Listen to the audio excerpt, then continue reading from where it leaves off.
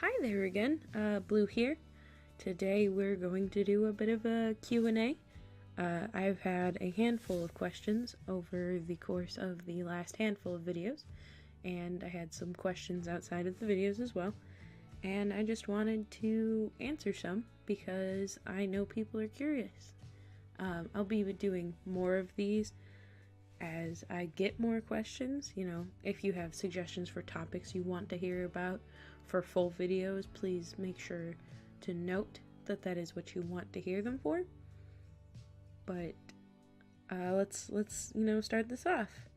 So the first question I received was from Eek Draws on YouTube. Here's a question for you. What was the most enjoyable piece of art you've done and why? And I honestly am not entirely sure that I have a most enjoyable piece. I have a lot of pieces that I enjoyed doing, period, but not a favorite one in particular, if you know what I mean. I did this as a hobby for a long time, so changing from doing this as a hobby to doing it for a job, I didn't lose the enjoyability, but I guess it kind of shifted around a little bit more. If I had to name one that might be close, I would probably say the wiggle icons I've been doing. I posted up the Wiggle Elena here, and I also did a very, very adorable couple wiggle of actually the two characters you see on screen here, me and my partners, and they are probably my favorite two icons I've ever done. And with as time consuming as they are, I surprisingly enjoy, taking the time to make the wiggle look good and make the animation kind of nice. With those ones, it was kind of fun too, because I had to also make the string wiggle a little bit.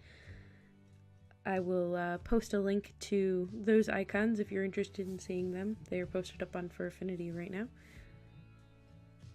But yeah, I definitely would have to say those are probably my favorite, most enjoyable art piece I've done, because they're time consuming, but I also just really like putting the time into it, especially in this case as a gift. I got to take more time, even though I did them all in one sitting. Next question is, what do you appreciate most from a commissioner? Now, I have in my mind, and this is something I will talk about more in depth later, but I have in mind, the perfect commissioner, right? And like I said, I'll talk about that specifically more in another video, probably something a little bit shorter. But the thing I appreciate the most is communication. I have a problem with, occasionally I'll get people who will either they'll message me for a quote or something like that and then immediately stop replying after I've given them a quote, or I'll give them my PayPal to send me their money and nothing, or I'll send them. This is part of the reason I don't enjoy sending whips, work in progresses. I often send a whip and will not get a response back, and when I send something like that, I'm usually trying to get an immediate response because I'm working on it right now. I'm doing it. I'm on a roll. I'm trying to get it done right now. So communication is very important to me. And I understand, I'm not asking commissioners to be around all the time. I understand you have stuff going on, but I have an easier time working with people who have short response times because of things like that I can, does this look right? Yeah, okay, I'll get right back on it. Or no, this is wrong. Okay, I'll get right back on it. And I can finish their commission in one sitting. I prefer being able to finish commissions in one sitting versus like waiting two weeks. I'll do one piece and then I'll wait 2 weeks, although I maybe not that long, but I do that for a lot of human commissions because like I have to keep going back and checking to make sure they look right, and if they don't, I'll go back and I'll fix it up a little bit, and then I'll have to sit and look at it for another week or so again. It's a very bad habit of mine. The next question was, what motivates me? And this is also a very, very hard question that I don't entirely know the answer to. I have a lot of motivation. You know, I have like the things you'd expect. I have my husband, he motivates me. Well, partially because, you know, I gotta pay my bills. I've got my cat, she motivates me. So I gotta make sure she's fed, you know. But I would have to say one of the the biggest thing overall that motivates me is my support system. My husband, my partners, that weird fuzzy thing sleeping in the corner over there. I would even consider my dad in that, as much as I don't enjoy that. But knowing that my push and drive to work helps not only me, but also, you know, I get praise and thankfulness from my support system. It's what I strive to get to, you know? And having a strong support system is the easiest way to get yourself motivated and to make it easier to not be so down on yourself when you're not feeling good about a piece of art. It's really difficult for me sometimes because, you know, a lot of the art communities are super cutthroat and they're very, very difficult to sell in. And as somebody who is entirely freelance, it's difficult to not be selling and to not have stuff to work on. Like, I rarely have a commission list of more than a couple of small things, so I get it done really quickly, and then I just kind of sit there and look at my queue like, I could be doing so much more. And I personally don't entirely enjoy working on pieces for myself, because it's time I could be spending on commissions, making them look nicer, doing them, that kind of thing. I have such a hard time sometimes. The next question there are, what are my, I'm not gonna put, they put a number to it. I am not going to put a number to it because I barely have one. But this next question was, what are your top 5 ways to create successful art? And this will coincide with some of the future questions here too. My most successful art I have found in the recent past is after I've gone through a bad art block.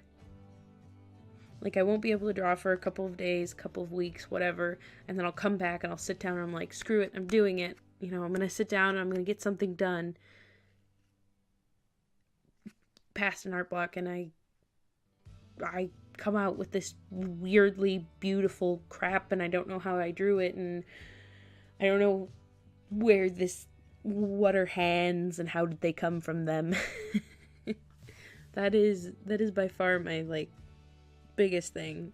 I also tend to be more successful in like being happy with my stuff when it's for a commission. And that's not to say, like, a lot of people have always told me, you know, oh, you're more confident in your work when it's a commission work because it's paid for. And that's not the truth. I think the biggest thing for me is that when something is paid for, I not not because it's paid for, but because it's for somebody who isn't me. Whether it be as a gift for somebody, like somebody's buying it as a gift for someone else, or just a commission of their characters, I always feel more comfortable with, like, I always feel more comfortable with it, and I always feel more into a piece. Like, I love doing stuff for my husband or my partners or whatever, but I am always so much more into doing pieces for commissioners and friends who, you know, that kind of thing.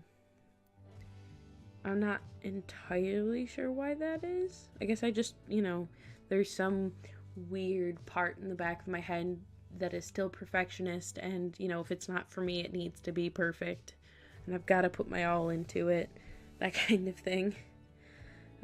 Outside of that, though, I don't, those are my successful ways for creating art. I don't know how successful they really are, but that's what I've got. My next question is, how many hours a day do you put into art? This is a hard question to answer truthfully, because I feel like a lot of people are going to judge me for it, especially as it is my full-time job. I work from midnight to about 2 o'clock, or sometime, well, most of the time about like 10, 11 o'clock till about 2 o'clock in the morning. And that's not a lot of time, to say the least. It's like 4 to 6 hours.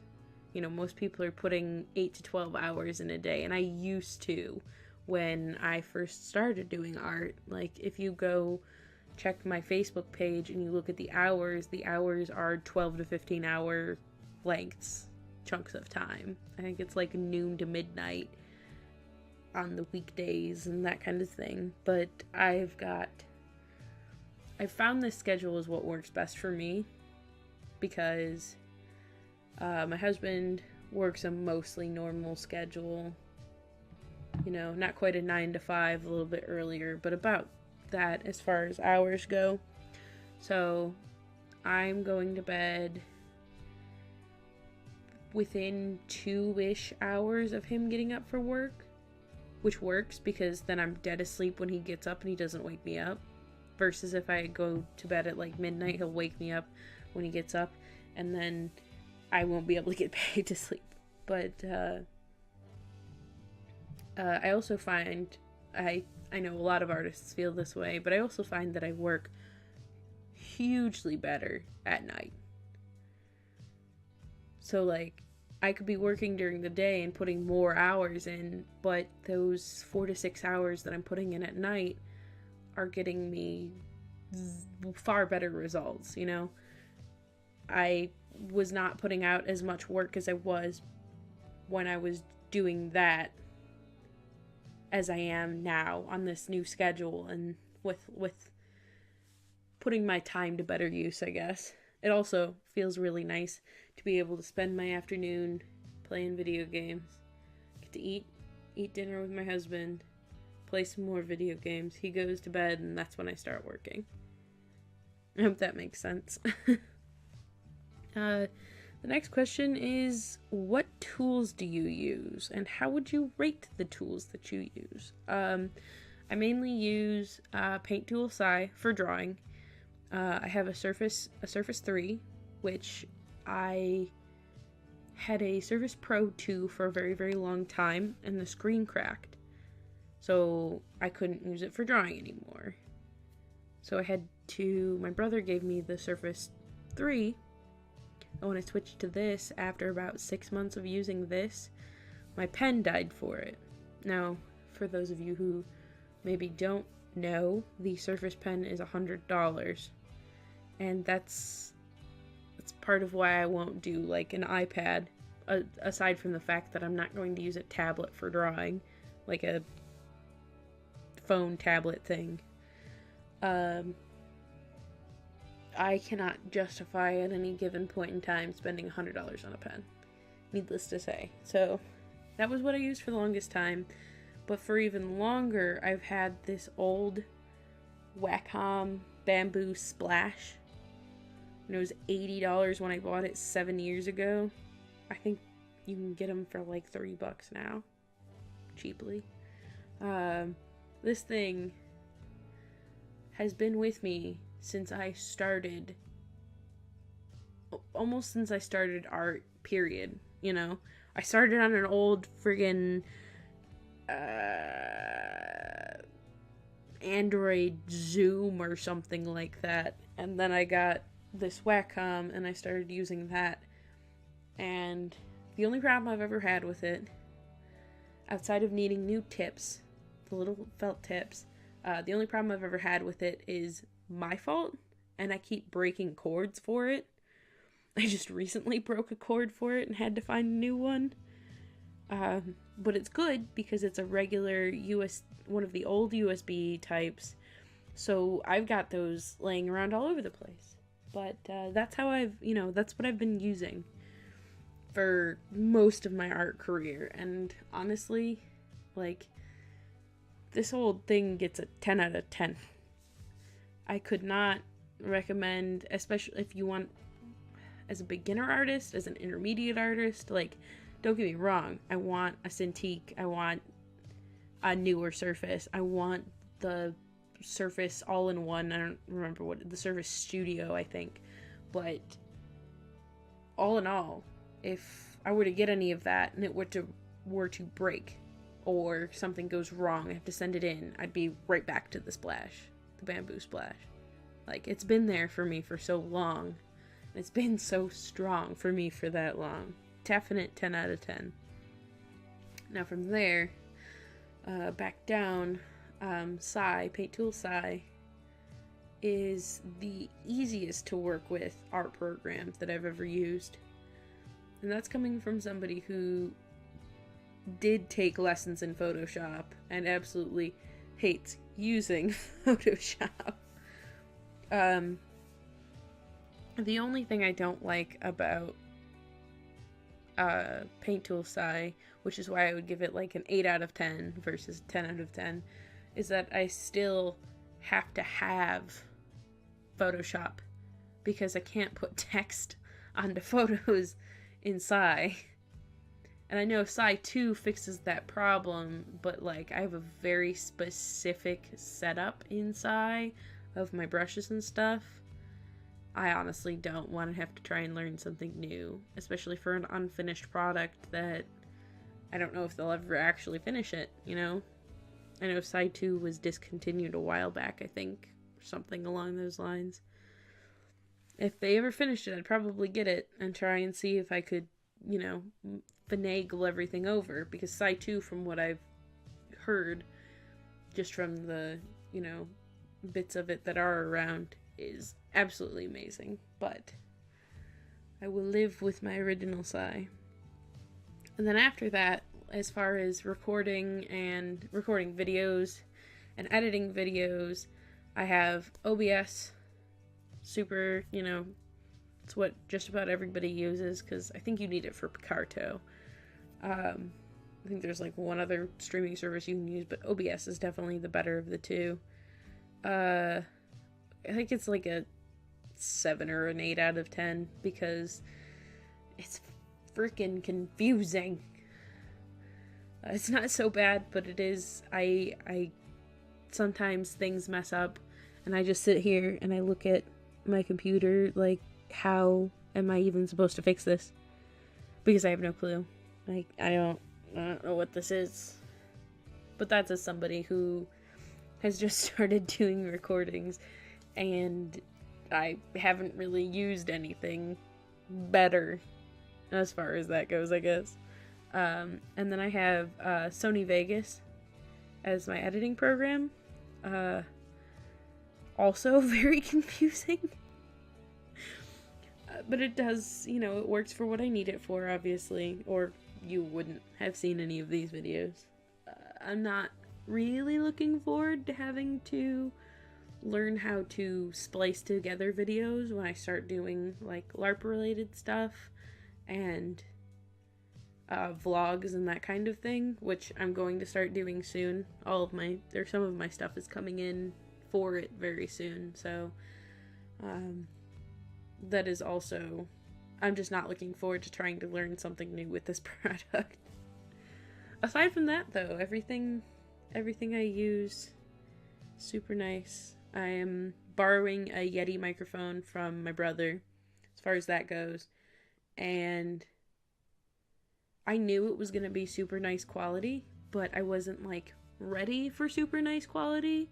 As somebody who has huge problems with using the audio from my phone, even my DSLR camera, let alone, like, my laptop, but, like, this microphone has done...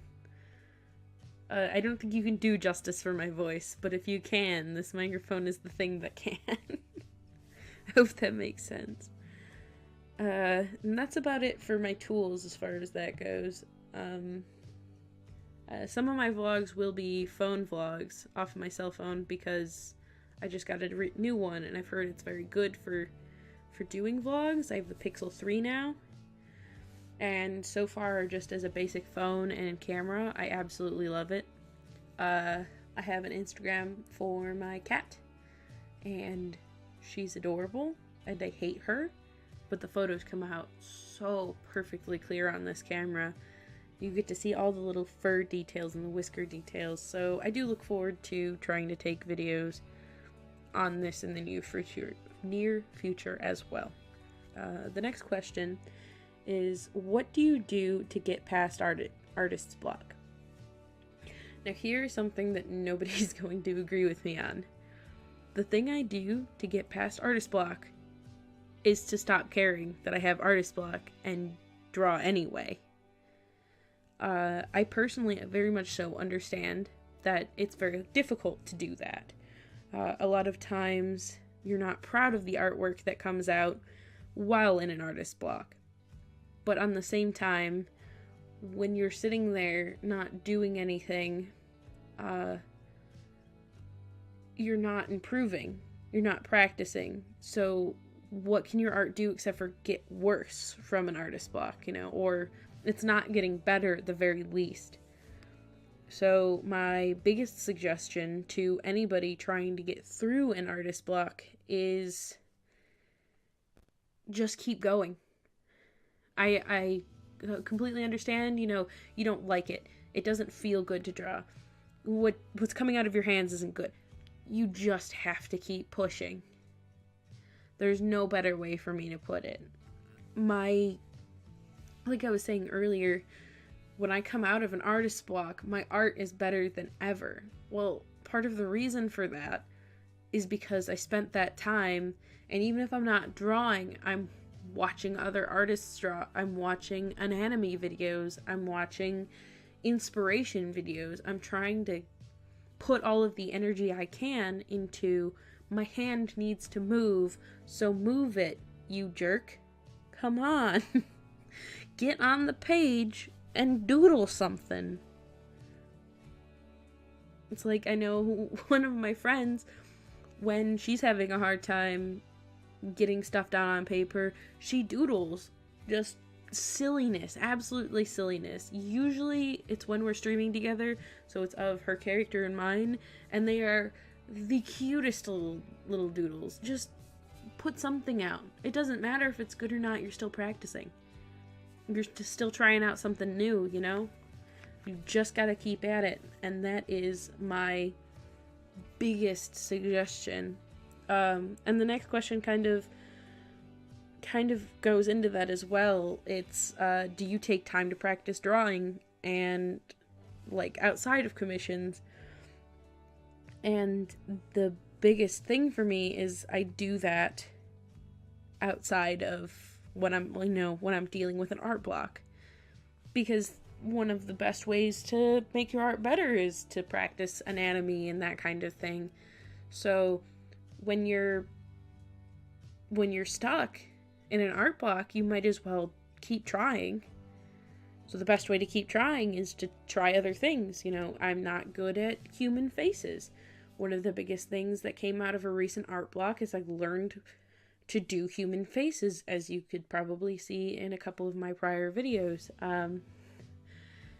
In this video shows off very well how I've gotten a lot better at dynamic posing, which is the most difficult thing to me. Dynamic posing is something that I think as an artist I will be, and most people do, work on for their entire career. Because there is nothing more annoying and more difficult than dynamic posing, hands, and eyes. But eyes you can cheat at. You can just flip them and then resize them and they look fine. Dynamic posing is harder than that. Second part of that question being, if you do, how do you recommend going about that? I.e. making a schedule or something. Outside of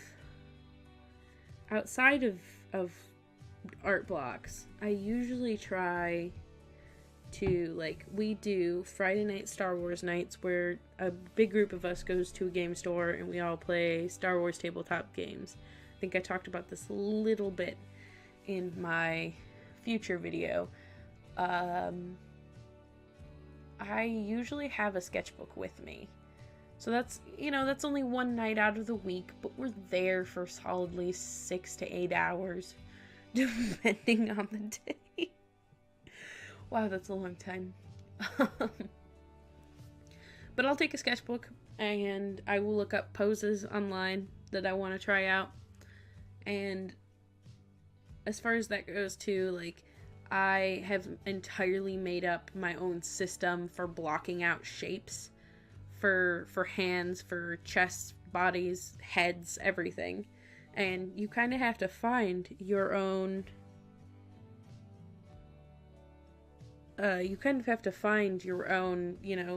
setup for how to do it. And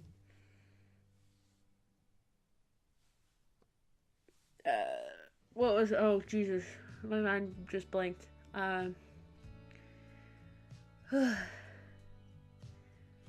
But I do recommend, okay, I'll just get back to this part. I do recommend setting aside like one day a week at least, where you just sit down, a couple hours, 2-3 hours. You can take breaks in that if you want to do it for longer or shorter.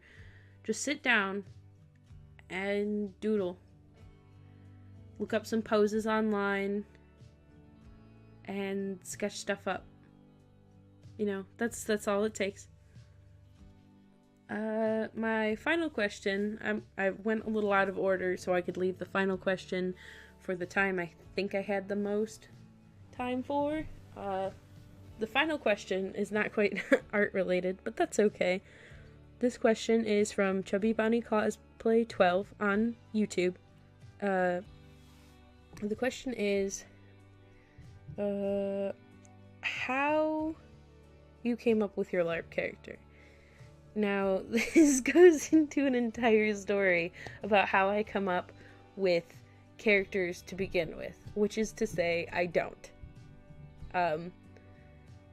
My husband knows me very well. Great story. My husband knows me very well and knows what I enjoy, like, as far as play style goes. If that makes any sense. So he will build me a character, tell me what race, what class, what kind of skills, if they're like smart or not, mage or fighter, that kind of thing. And I start with this block of character and I get to run with it. So in particular for my LARP character, aka Frisk, she was actually my first, like, I did LARPing before I did tabletops. So she was my first roleplay character, non-furry role, well, she's technically a furry, but not like non-furry based roleplay character. I told my husband I wanted to play a cat girl because it sounded like a lot of fun at the time, and it is. And I told him that I probably wasn't super comfortable being a mage because of the way the system for our current LARP is, because you have to recite an incantation and then the spell's name before you throw it or touch it to somebody. I was not confident at the time that I'd be able to do that, and that's okay. I could do it faster than anything right now. I'm telling you, I'll do that a little later. But, so the first game, we had a little bit of backstory put in and figured out. But the first game, she went into game as I think she was a warden, I think is what it's called. She was a twin sword fighter. She had no want or knowledge of how to use something that isn't a sword. I think short swords is what she was using. She had no magic, no nothing. And my costume I had thrown together last minute. I bought some really cute poofy skirts because I wanted to do the like kind of stereotypical lady poofy skirt with some large amount of cleavage lady, and then paint up my face and put ears on, and that was my first game. I went into that game not realizing I even had to paint my face, so halfway through the first night I had to take some black face paint and I smashed it on my face into weird setup. Frisk was a bit of a mess when she first got made. I decided obviously eventually to make her a like specific pattern, which then turned into, whoops, this is my second fursona. Not entirely on purpose, I promise. But I went from that first game where I had no clue what I was doing, and I got to build upon this character, right?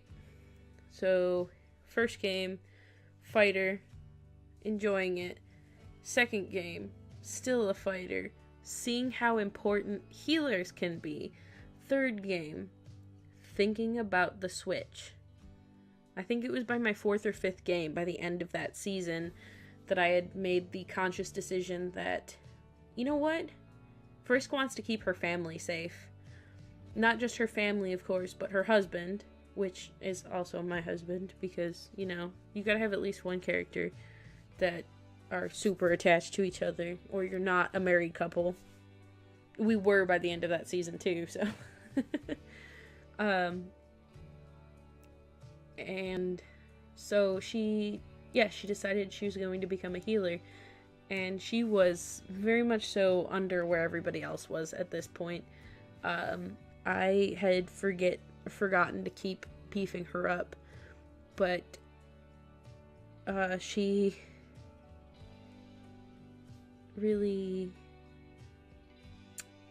decided, like, I have a little portion of my brain that is Frisk. She's very excited to come out next week, and let me tell you, our next game coming up. But she makes a lot of her own decisions.